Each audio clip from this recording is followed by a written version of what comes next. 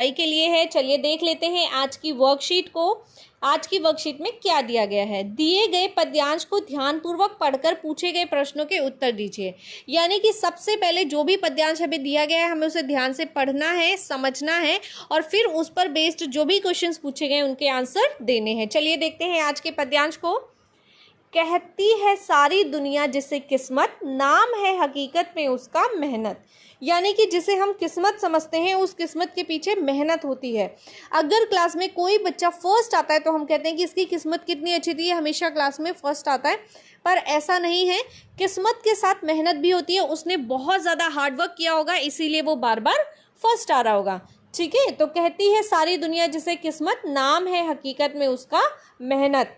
जो रचते हैं खुद अपनी किस्मत वे कहलाते हैं साहसी। जो रचते हैं खुद अपनी किस्मत वे कहलाते हैं साहसी, यानी हिम्मत वाले।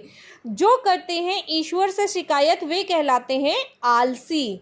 यानी कि पहले तो बच्चे पढ़ाई नहीं करते, फिर क्लास में बहुत गंदे मार्क्स आते हैं या फेल हो जाते हैं तो कहते हैं भगवान आप तो बहुत बुरे हो, मैं तो रोज़ आपकी पूजा करता हूँ और आपने मेरे साथ ऐसा किया। तो इसलिए ईश्वर से शिकायत वो लोग करते हैं जो आलसी होते हैं। जो साहसी होते हैं वो ईश्वर से शिकायत नहीं करते बल्कि मेहनत करते हैं। जो रुक गया मिट गया उसका नामो निशा। जो रुक गया मिट गया उसका नामो निशा। जो चलता रहा अपनी मंजिल वो पा गया। यानी कि जो लाइफ में रुक जाता है उसका नाम मिट जाता है, यानी वो लाइफ में कुछ भी नहीं कर पाता है। और जो लाइफ में हमेशा स्ट्रगल करता है पर आगे बढ़ता रहता है वो अपनी मंजिल को पा लेता है। यानी कि वो अपनी लाइफ में जो भी एम डिसाइड करता है कि मुझे ये करना है वो उसको कर लेता है।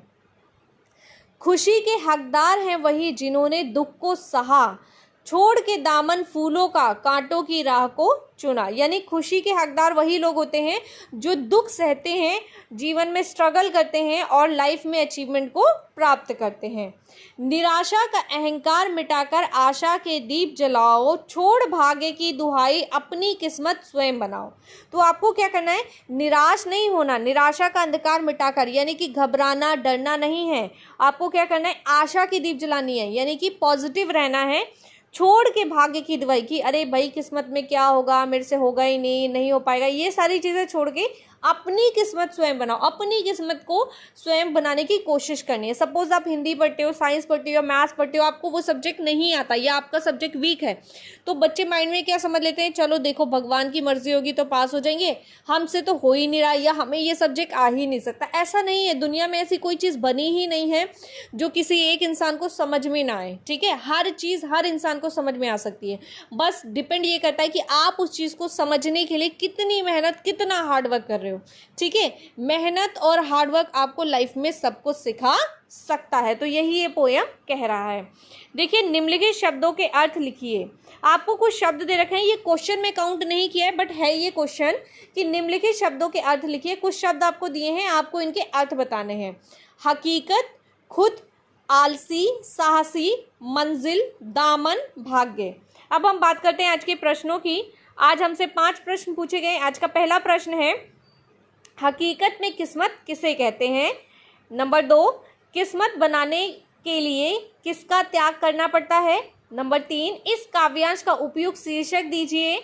नंबर 4, इस काव्यांश में प्रयुक्त रस एवं अलंकार का नाम लिखिए। और आज का अंतिम प्रश्न है, अपनी किस्मत को बनाने के लिए ऐसे कौन से दोष एवं गुण हैं जिसे आप त्यागना और अपनाना चाहेंगे, सोचकर लिखिए। यानी कि कोई ऐसी बुराई होगी जिसे आप छोड़ना चाहते हैं और कोई ऐसी अच्छाई होगी जिसे आप अपनाना चाहते हैं, तो वो कौन सी हैं वो आपको बतानी है। ठीक है, तो ये है हमारे आज के सभी प्रश्न। चलिए देखते हैं इनकी। तो आज का हमारा पहला प्रश्न है, हकीकत में किस्मत किसे कहते हैं। उत्तर है, हकीकत में मेहनत से प्राप्त की गई तरक्की को ही किस्मत कहा जाता है। यानी कि जो मेहनत से प्राप्त होता है वही किस्मत होता है।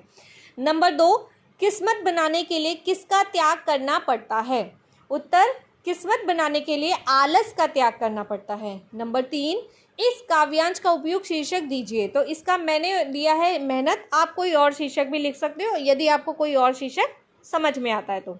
नंबर 4, इस काव्यांश में प्रयुक्त रस एवं अलंकार का नाम लिखिए। तो इसका उत्तर है, इस काव्यांश में वीर रस का प्रयोग किया गया है जिसका स्थायी भाव उत्साह है तथा अंत अनुप्रास अलंकार का प्रयोग किया गया है। अंता अनुप्रास अलंकार वो अलंकार होता है जिसमें लास्ट में तुकबंदी होती है। ठीक है, तो आप ध्यान से इसको पढ़ेंगे तो पद्यांश में देखेंगे कि तुकबंदी का प्रयोग किया गया, इसलिए यहाँ पे अंता अनुप्रास अलंकार का प्रयोग किया गया है। नंबर 5, अपनी किस्मत को बनाने के लिए ऐसे कौन से दोष एवं गुण हैं जिसे आप त्यागना और अपनाना चाहेंगे। तो अपनी किस्मत को बनाने के लिए हम आलस को त्यागना और मेहनत को अपनाना चाहेंगे। अच्छा, ये जो क्वेश्चन नंबर 6 है ये वर्कशीट में नहीं दिया गया है।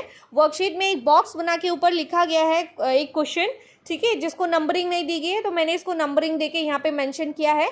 आप चाहे तो ऊपर ही आंसर लिख सकते हैं। निम्नलिखित शब्दों के अर्थ लिखिए, तो मैंने शब्द लिखे हैं और सामने उसके अर्थ लिखे हैं।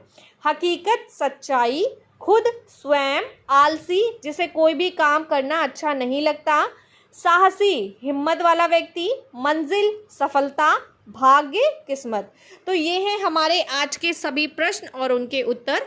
आई होप आपको समझ में आए होंगे। यदि आपको समझ में आए तो जल्दी से वीडियो को लाइक करना है, शेयर करना है और चैनल को सब्सक्राइब करना है।